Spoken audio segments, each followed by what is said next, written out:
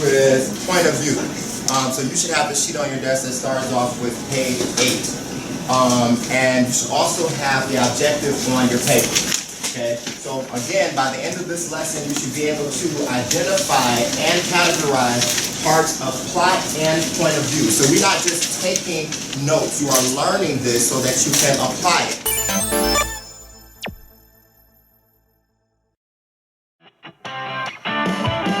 Hey, this is Mr. Sato, here to explain point of view. Narrative point of view, or POV, is simply the perspective from which the story is told. In other words, who is telling the story. There are two basic kinds of POV, first person and third person, and within those two kinds are a few variations. So we'll talk about 5 different kinds altogether.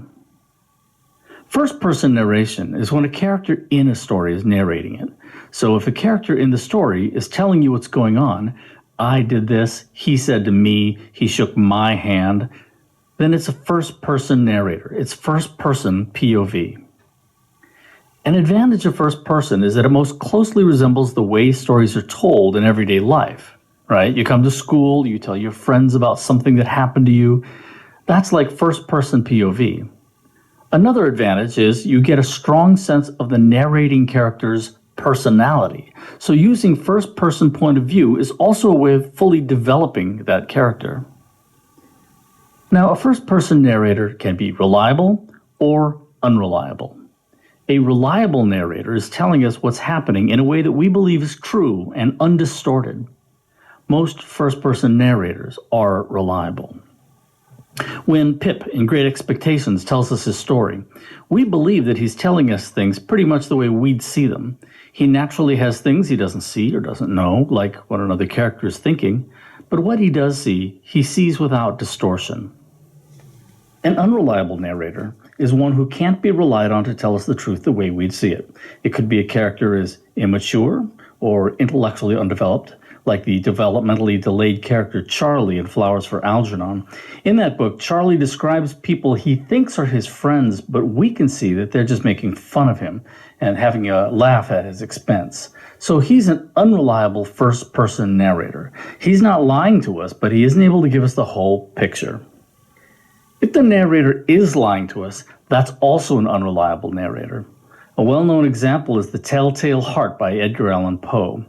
Our narrator starts out telling us not to think he's mad, I say, and sets out to prove to the reader how sane he is.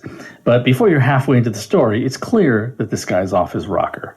So first-person narrators can be fun that way. Another fun trick is to tell the story with alternating first-person narration. You've probably seen books like this, like Ali Kandi's Reached. One chapter is told from one character's POV, the next chapter is told from someone else's. That way you get to see the story from multiple perspectives. That can be tricky too, but it's a great way to get all the benefits of first-person narration while still giving your reader a more complex perspective on the story's events. One last note on first-person point of view. The narrator is usually the main character, though sometimes it's an important character who is witnessing what happens to the main character. Like Sherlock Holmes' assistant, Dr. Watson, tells the story of Sherlock's investigations, but you'd never say Watson was the main character, right?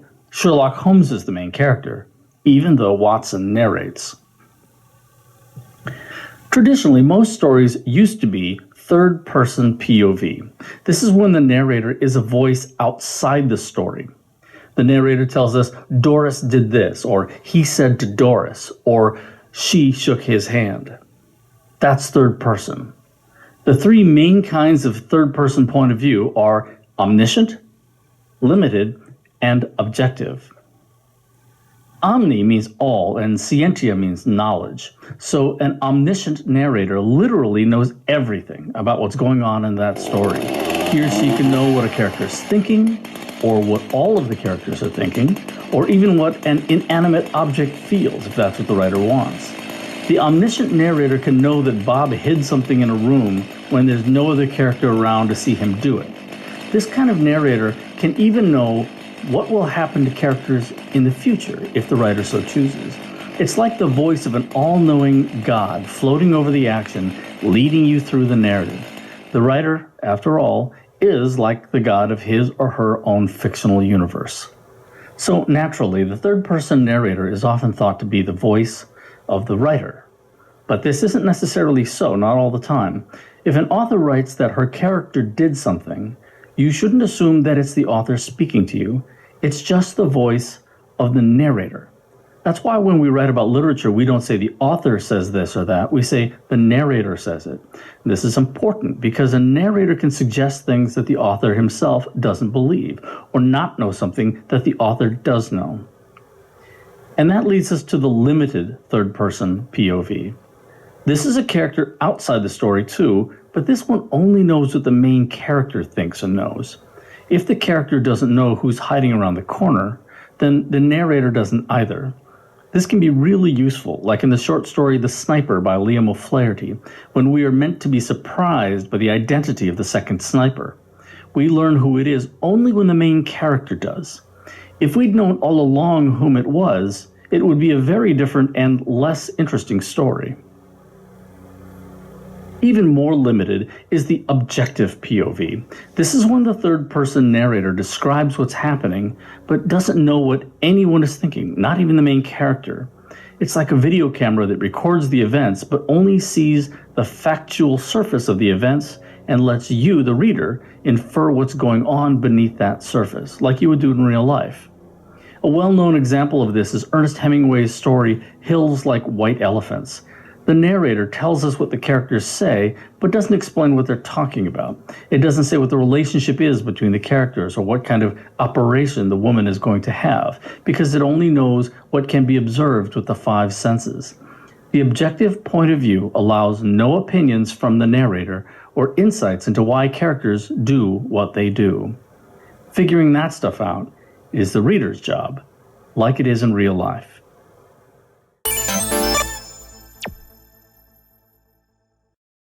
Let's start back. I'm going to the top of page 8. Okay, so when we read a successful work of fiction, its point of view, the perspective from which readers will view events often seems inevitable, as though no other is possible. So, Jaden, a lot of times when we watch a movie and we've watched it so many times that we get used to the narration of it, or when we listen to a song or we see a play or even a music video, we get used to seeing it from that perspective, so much so that it almost becomes impossible for somebody else to tell it. So even with our favorite songs, we get so used to the way that that singer sings a song that we can't really see it from another person singing it. And if someone else sings it, they better do a pretty dang good job. Okay? They better do almost better than the original artist. Otherwise, it would be hard for us to, no, that's still so-and-so's song. They should have left it to so-and-so. Okay? So that's what we mean when we say point of view. It's coming from that person's perspective. Okay? I'm going to drop down to that last sentence in the first paragraph. Each potential point of view offers significant advantages and corresponding limitations. In fact, when writers choose their point of view, they often choose their theme and even their protagonist as well. Protagonist is the main character, oftentimes the hero. Okay, and then if there's a villain in there, that's the antagonist. Okay. Next paragraph. A writer must first decide whether the story will be told by a narrator who is outside the story or by one of the characters within the world created in the story. So remember, that's the first thing that you have to do. When we get to the writing process, you're creating a story, Ms. Anderson, and you have to decide, okay, am I going to be the one who's telling the story, or am I going to create a character? Is this going to be a fictional story, or I just create a character, and are they going to be in the story, or are they going to kind of tell it from outside the story? You have to decide that. So remember, the reason we're going through all this stuff is because, like Amir and Kite Runner, you might decide to be a writer. Okay, so right now we're learning how to write. We're practicing this stuff because this might be your destiny to become this writer. Whether it's for stories, whether it's a playwright, or whether you write songs, music. Okay? So right now we're learning, but this is the first thing that you have to do when you decide to write. You have to understand if you're going to tell the perspective from one or another. An outside point of view provides greater flexibility and suggests a greater sense of objectivity. Objectivity is when there's no other perspective or opinion. That's objectivity. There's no other opinion. Okay, it's just what it is. Okay, and so when you do outside, it gives you greater flexibility over that. An inside point of view provides more intimate, often more engrossing narration. Since the character narrating is within the story, he or she may be incorrectly informed or may have some motive for representing events. Therefore, we cannot always trust his or her account as we generally can that of an outside narrator. So if you have somebody who's outside the story, then Ms. Harper, sit up. Warning number one. If you have someone who's outside the story, they know the truth, the whole truth, and nothing but the truth, so help them God. But if you have someone who's in the story telling it, they can provide you with false information. And this false information can be for whatever reason. So let's say that Janae got into a fight. Okay, let's say she got into a fight, and what if she lost the fight? Do you honestly think if she tells us about Janae, so what happened with that fight? I heard you. Nuh-uh, I won the fight. I don't know what you heard. I won the fight. Okay, I snatched those edges. Is she gonna really tell us that she lost? No, she's not really going to tell us that she lost, so she's going to give us her perspective on it, which would be false. But somebody else, who would be an outside person, someone outside of the fight, they would be able to tell us the truth. Well, I mean, that's not what I heard. I mean, I heard the truth all on the ground and stuff. I'm just saying, it's not my business stuff. Okay? They would be able to tell us what happened because they don't have any gain from that. Okay? So if you have someone who's inside of it, they can kind of twist the truth a little bit. Remember, it's his side, her side, and the truth somewhere in the middle. Okay? Here's the next paragraph. On the third paragraph, perhaps because it gives them greater scope, writers often choose the third person omniscient point of view. In such cases, the all-knowing narrator is usually assumed to be the writer.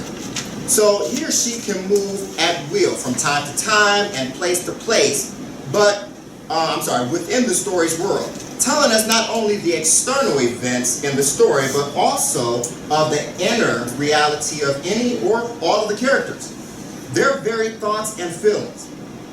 The advantages of such a point of view are clear. Number one, we can know anything that the writer wants us to know, and then number two, we are not limited by the experiences of or understandings of any of the characters. Okay, so let's say that we are in a children's story, and so it's a child telling the story, supposedly. Well, a child only knows what a child knows. So if a child is telling you the story, they won't understand certain things because they haven't learned about those things yet. Okay, so it'd be a very immature type of perspective, but an adult telling the story, they would be able to give you a greater scope. So, but if you are omniscient, this is omniscient third person. In third person, we're always using third person pronouns. What are some third person pronouns? He? Yes, he. Her, she, it, him, it's, I think somebody said it's or the person's name. All of those are third person pronouns, and you use those with third person omniscient or limited. But omniscient is when you're playing the writer, when you're playing the God. You know everything that's going on inside everybody's mind. Okay, like, so if I was omniscient, I would know everything of what you're saying thinking in your mind right now. Okay, so I'll be like, Corian is thinking, shut up, Mr. Kelly. Okay? Dante is thinking, man, I should have had those beans last night. No, you can't. Okay? But I would be in the head of every single person. Okay? Nothing would be off limits to me because I'm omniscient. I'm God. Thank you. But anyhow, so I know the screen went off. So I continue. So that's some of the advantages of being an omniscient. You're not limited to anybody's perspective or knowledge. But the disadvantages may be obvious. Okay? We usually don't have the opportunity to grow gradually in understanding along with the characters through sharing their experiences. Therefore, the omniscience we share with the writer provides the pleasure of absolute knowledge, but it takes away the pleasure of learning and of interpreting experiences as we do in life. So remember, when we were talking about making inferences, that's what we do in everyday life. Okay? In 9th grade and beyond, no one is going to walk us along and say, hey, you see that? That's what this means, and so, and this is what this means. Come on, no one, you have to interpret, Jaden, everything for yourself. Okay, and so those are just some of the limitations of being an omniscient. We don't get to grow with the characters, and that's usually what we want to do. We want to grow with Craig and understand why he lost his job. What am I talking about? Friday. Okay? We want to grow with Smokey, and we want to understand, why did he use up all of Big Worm's product? Why did he do it? But we want to learn that from Smokey. Why did you do it, Smokey? Well, what he said, because Craig had a situation of losing his job, and, you know, we had to get over the situation. Okay? Right. Okay? So we want to go with the characters, and we can't do that when omniscient because we already know everything that they're going to do, everything that's about to come. Okay? Let's go to the next one. I'm on the next paragraph. If writers wish to maintain some objectivity, remember objectivity is not having an opinion on anything, while permitting readers to, or a gradual understanding, they may give up omniscience and choose the third-person limited omniscient point of view, which is restricted to the external experiences and internal thoughts of one character. We remain with that character throughout the entire story, seeing what he or she sees, knowing what he or she knows, though the narrator remains separate from that character. This point of view may at times be frustrating because we cannot know fully what is happening outside a character's experience. For that very reason, however, we, like the character, must interpret others' motives and assimilate information to reach conclusions about what others have done. A detective story is especially well suited to this point of view, of course, since there would be no suspense, no mystery, if we were to know more than the detective about the facts of the case. So in limited omniscient, you still get into somebody's head, but only in one person's head. You don't get to get into everybody's head and know everybody's business. Okay? So this would be still separate from the person who's in the story. So I'm still an outsider, but I'm still the narrator outside of the story. I'm just telling you what this person went through. Okay, so if I'm following around Ascara, I'm telling you about his experiences. So I'm still using those third-person pronouns. He, she, it, they. Okay, and the people's names. Even when it comes to Ascara, I would say, Ascara said, because I'm not him. I'm just telling you what he went through. Okay? So I do get to get into one person's head, but that's it. So it brings you a little bit closer, and now we get to follow this character along, and we get to grow with the character. And hopefully the character learns something. So this works in a detective story, because you would not want to know everything that goes on. So if you have a detective story, you know, it leaves some type of mystery or suspense as they're deducing the clues of the mystery. Where were you last night? Well, I was studying. I was reading Kite Runner. Likely story. That's not what he said. Okay?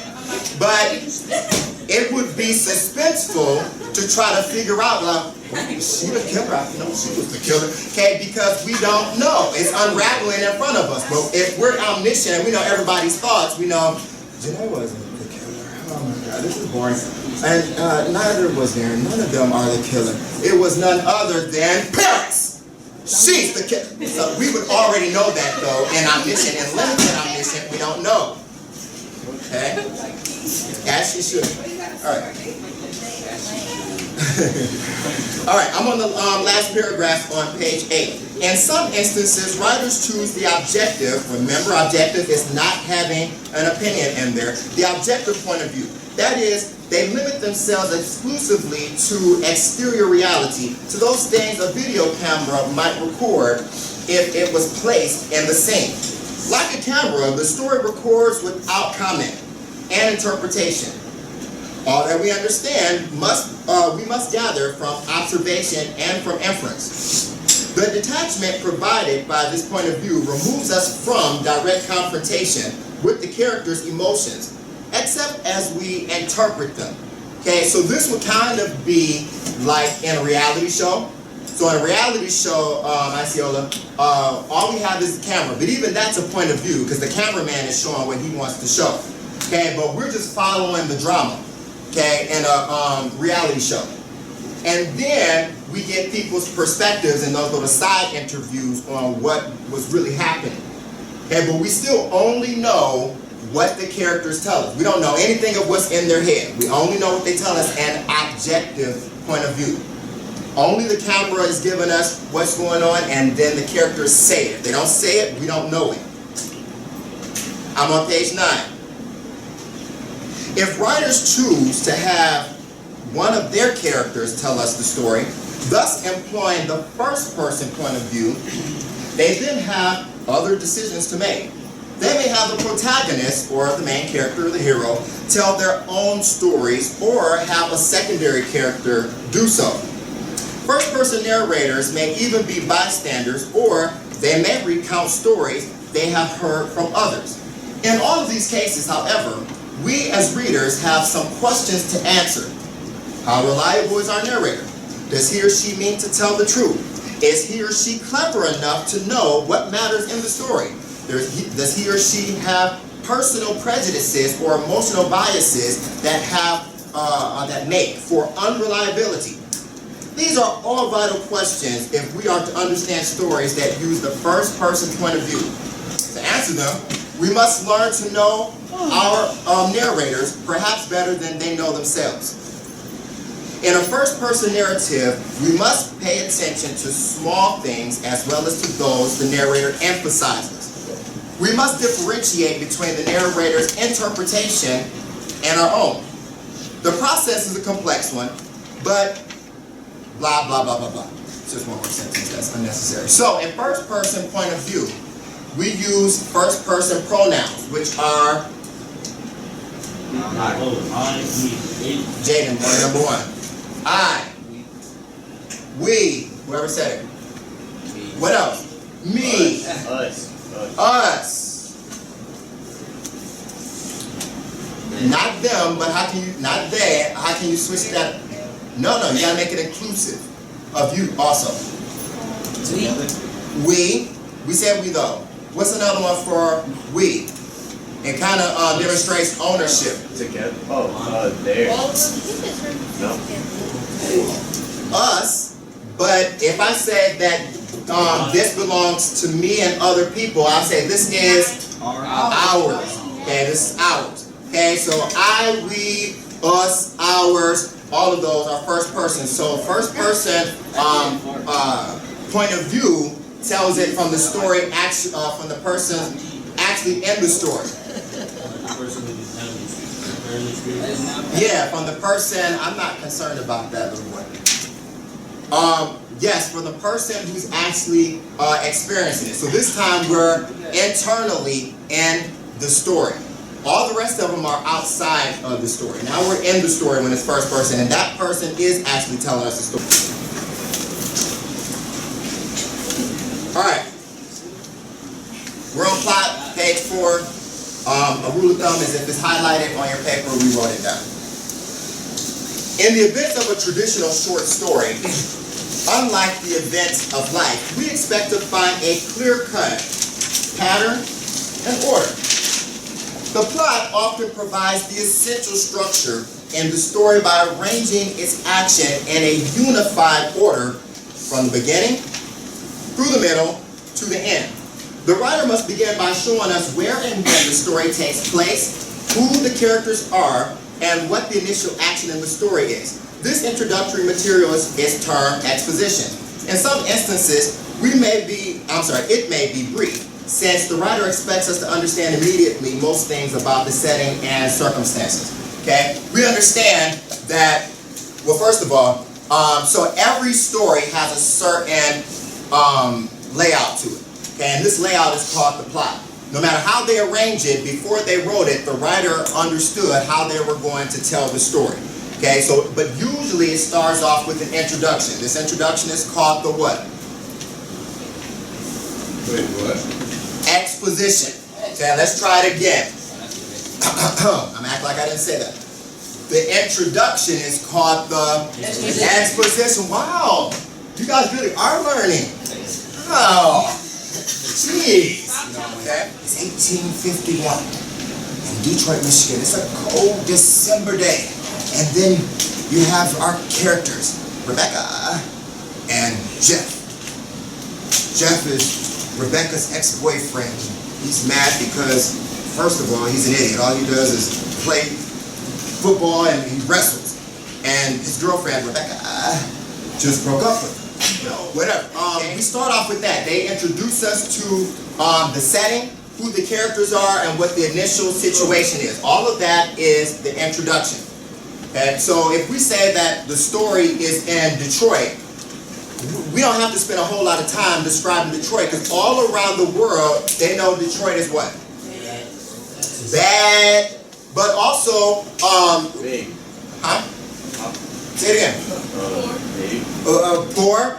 It's impoverished. It's big. Okay. It's up there with some of the largest cities. It used to be up there with some of the largest cities as far as population, also. But what are some of the good things we heard about Detroit? Right. Not just huh? Okay. Good food. Good culture. We've heard about the Motor City. Oh, I was about to say that. Okay. And when I say the Motor City, hint, we go to Henry Ford. Okay, Henry Ford is that when you see Ford on people's cars, that's Henry Ford. It's the maker of Ford. Okay, the Motor City though, Motown. So people expect that there's certain things that are already attached to Detroit, so they don't have to spend a lot of time with that. But if we say something like, West Bloomfield, they're like What's West? So we'd have to spend some time in the exposition talking about that. All right, I'm on the next paragraph right below. We ready? As the I'm teaching.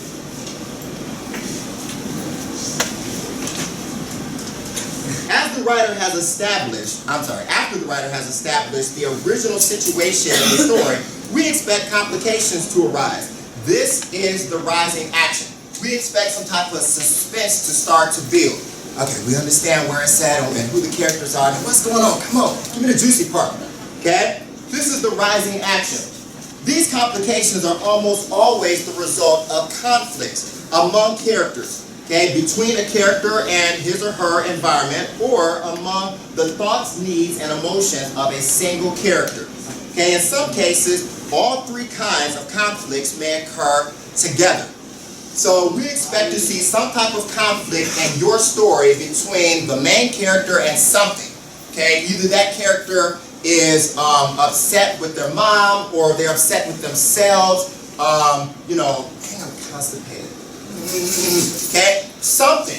They have a situation that they have to try to get through by the end of the story. Okay? Has to be a conflict. That's the only thing that drives the plot. Okay, and we're trying to get to some resolution for this conflict. But in that rising action, there should be suspense, Diesel. Okay? There should be some type of building towards something, Corian. So, like when we watch horror story, Miss Doc, when we watch a horror story and we see Rebecca, and she's going towards the basement because she heard a noise. Okay, that's building the anticipation for us. This is the rising action.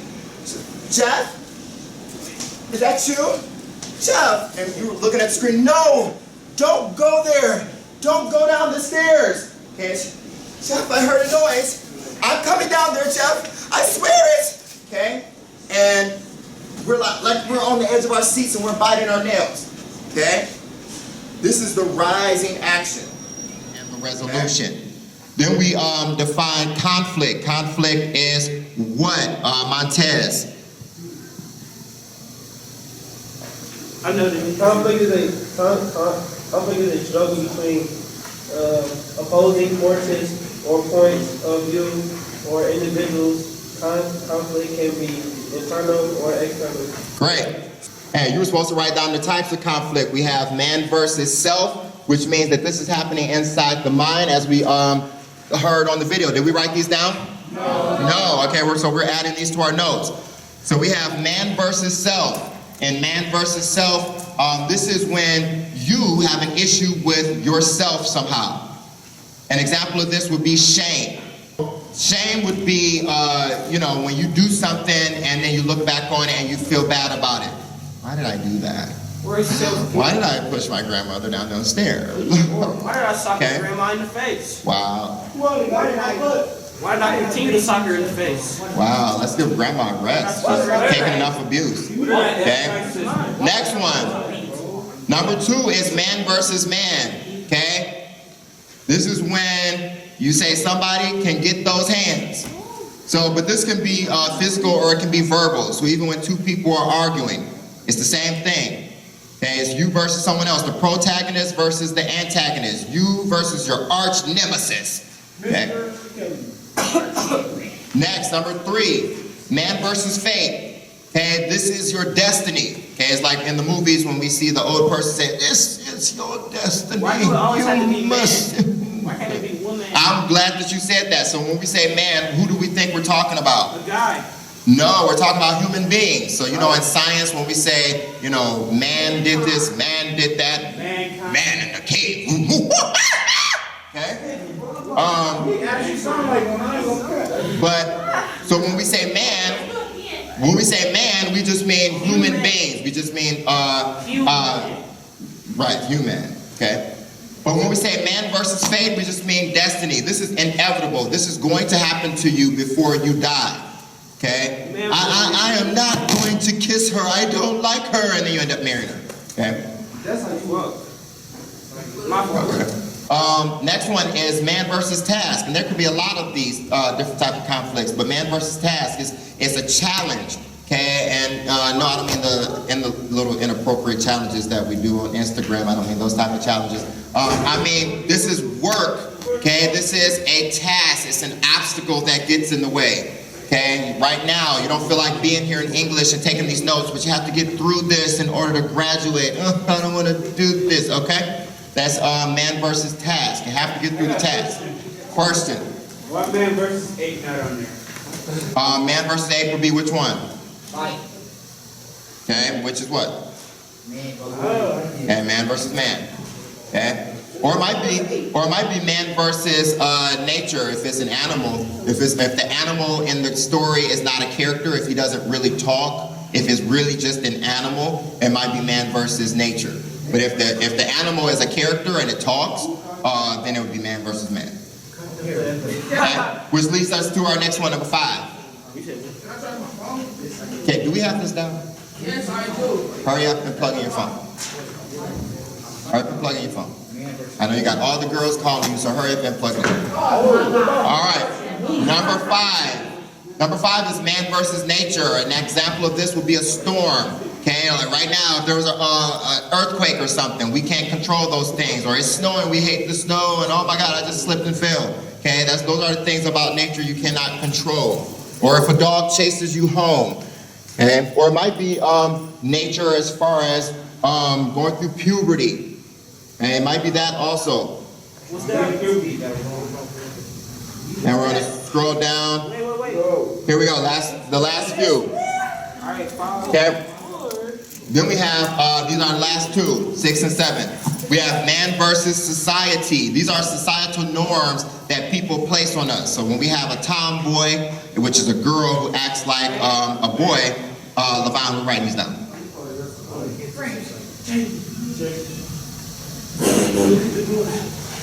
So when we have a tomboy, which is a young lady who acts like, well, she has more masculine traits, you know, societal norms would say girls are supposed to wear earrings and dresses, and they're supposed to do a little curtsy, and they're supposed to be polite and nice. Girls don't play basketball. Okay, those would be societal norms. She can act however she wants to act. She can do whatever she wants to do. But society would say to do this or to do that. And then the last one is man versus machine. Man versus machine would be some type of frustration or confusion with technology. Okay, so for example, when you have your grandmother who's asking you how to get onto Snapchat, she's like, man, how you work all that social media? I don't know how to do that. Look, that's Snapchat. Okay? Or when they're operating the computer and the computer blows up on them. Question. Okay. In a traditional story, the conflicts develop to a moment of crisis, often a moment in which a choice must be made, an action performed, or a recognition achieved that will in some way focus and then resolve the conflict. This moment of crisis, the climax of the story, usually marks the end of the development of the major action of the story. In whatever remains of the plot, we expect the writer to show us the consequences of the action that occurred in that climax. So we're building in the rising action to the point of the most action in the story, and this is the climax. Okay, this is when the fight happens. Okay, or this is when the character comes to a crossroad. Should I go to that trap house or should I go to school? Oh my goodness. I want to smoke some pot, you know, whatever it is. Okay? you get to that, and this is the major situation we've been waiting on. Yes, the action. Okay? So we look forward to that. That's what the conflict was leading to. Okay? And when you are watching a reality show, you want to see whether or not they're going to fight. So it's building up to that fight. I mean, I don't watch them, but you all probably do. But, you know, they cuss each other out the whole entire episode. And then sometimes they fight, or sometimes it's resolved some other way. Okay? But they act like it's real when they do it every single day. Okay? But then we expect it to come down. And this is the falling action. After all the sparks and everything, we want to be brought back down. Okay? And so this is the denouement, okay, which is also called, don't start packing up until the bell rings. This is the falling action. We need all the ends to be tied together. Okay, all the T's to be crossed, all the I's to be dotted. Okay, so this final section of the plot is the denouement. It's a French word meaning the untangling of a knot. The denouement may add a surprising twist or a turn to the plot, but often it does not add any significant new action or conflict. Alright, I'll finish my two models. They have to make sense out of what happened in that climax, everything that happened. Okay? Now, here's the last thing. In addition to these essential elements of plot, writers may add suspense or richness to their plots by using such techniques as foreshadowing and flashback. In the first technique, foreshadowing, writers provide hints or clues early in the story of events that will occur later. So it's some type of a clue that gives us something that's going to happen later. Okay? You know, they pick up a slipper off the stair, and they're like, gotta find out what this slipper means. Someone at the ball tonight wore this slipper. Okay, and then we think, he's actually gonna go find her. He's gonna marry, who's the girl he's gonna marry? Cinderella, okay? Okay, so, Snow White. He's gonna marry the beast. But we expect that when we do a foreshadowing, we're gonna see something. Or when we watch That's So Raven, okay, and she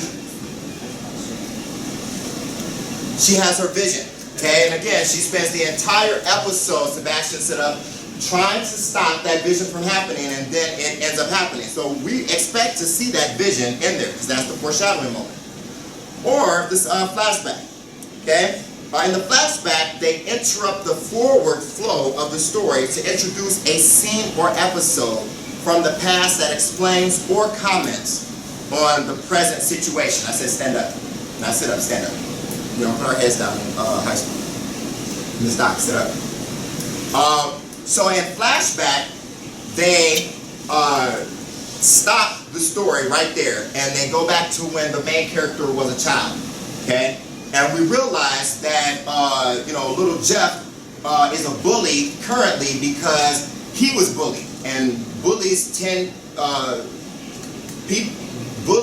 to have been bullied when they were younger. So, Ms. Anderson, we see when he was a child, he used to get pushed around and shoved and stuffed into a locker and his head into a toilet. And so now he's doing it so people think he's tough and they won't do that to him anymore.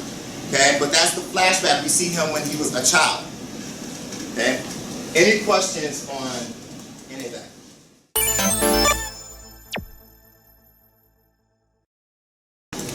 Let's start the exit ticket.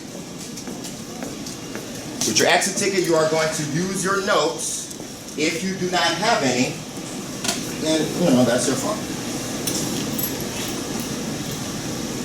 All right, on the same sheet of paper as your notes, you're just going to write the answers. You're not going to write the questions. Let's start with number 1. Sit down. Okay, number 1 was actually on the pre-assessment, and so I'll show you the data later on what happened or how we performed. I'll show you the data on how we performed on that. Number 1, what are the components of plot? So this is the exit ticket. So we finished the teach segment. We're into the next segment now. This is the exit ticket. Label this exit ticket on your paper. Label this exit ticket on your paper. Okay, so here's the question. What are the components of plot? Is it A, introduction, body, conclusion, works cited? Okay, when I say body, I don't mean your body, but I mean the body of an essay. Okay? Is it B, fantasy, romance, mystery, comedy, tragedy? Or is it C, setting, theme, characters, plot, point of view? Or is it D, exposition, conflict, rising action, climax, falling action? Make your selection, write your answer completely. Don't just write the letter, write your answer out completely. All right, number 2. What is point of view? And then I got to go down to letter D. A, is point of view an action, a thing, or a person that has both a literal and abstract significance? Is point of view B, a reference that suggests a thematic connection between the story and history? Is point of view the perspective from which readers will view events in an oral or written story? That's C. Last one, if you're writing, hold on for a second, let me just go to D real quick. Or is point of view D, the part that focuses distance, the field of view, magnification, and resolution? Okay, next one, number 3.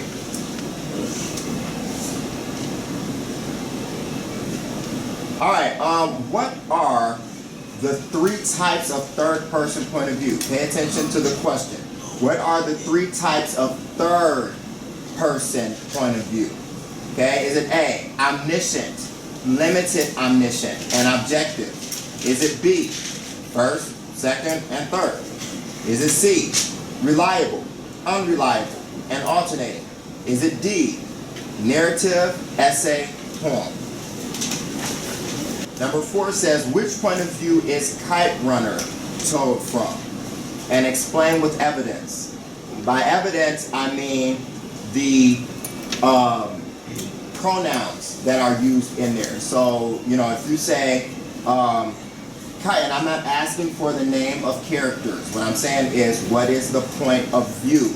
So is it second? I mean, not second. Second is when you use you. Is it third or is it first? And you have multiple options for third. So again, is it third or is it first? Or if it's third, which third is it?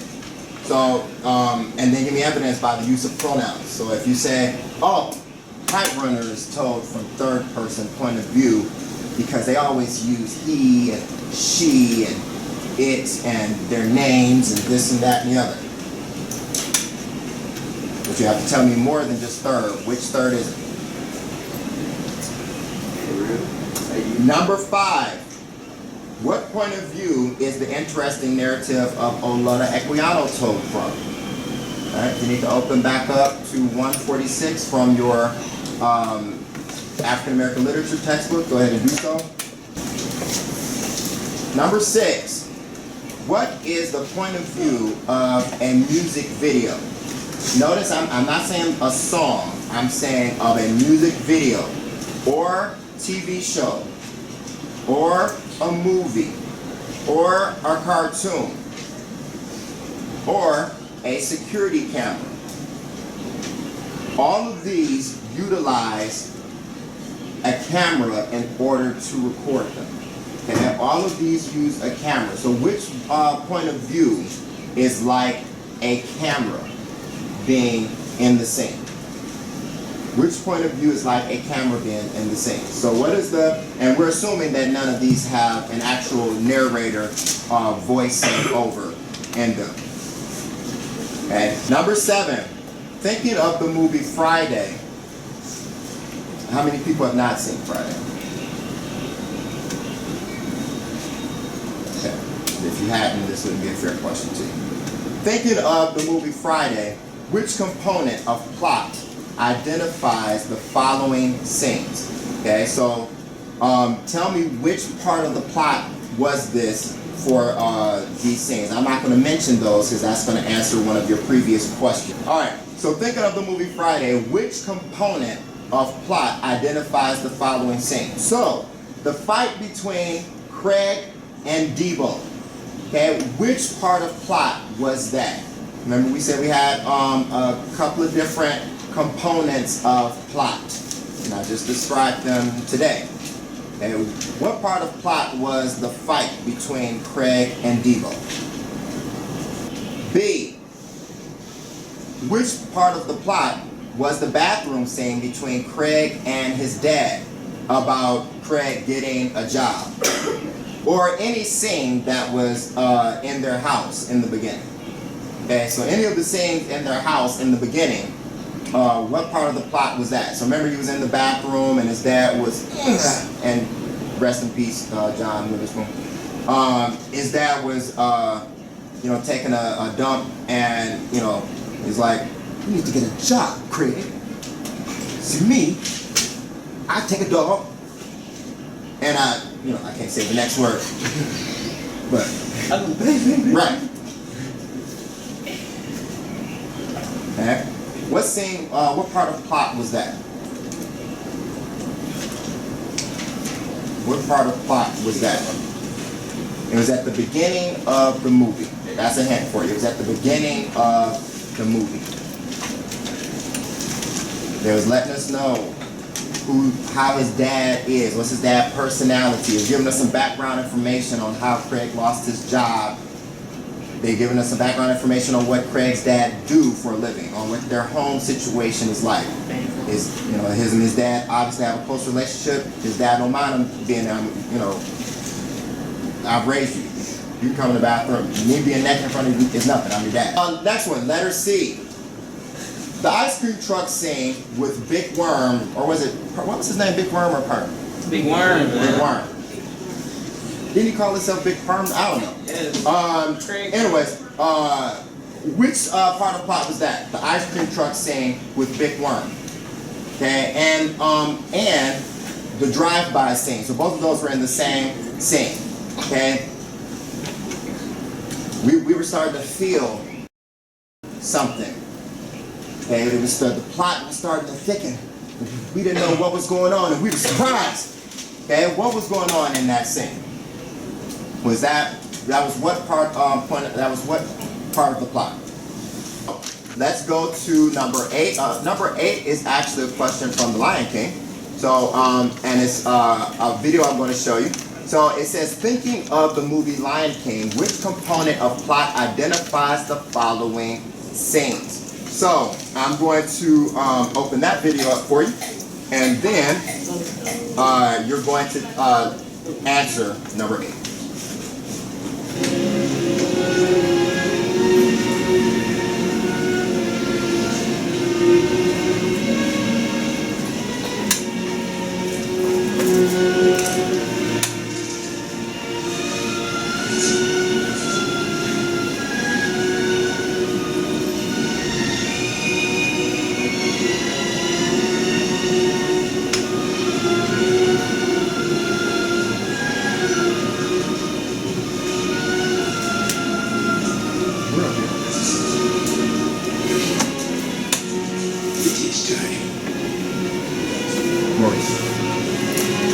Maurice.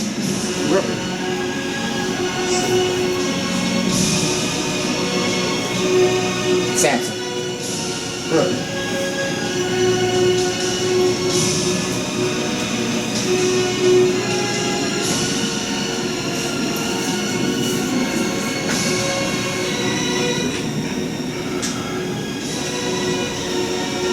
Who is that speaking? Father. No, not this speaking. Yeah, that was Mufasa, his dad. Who said, I'm sorry.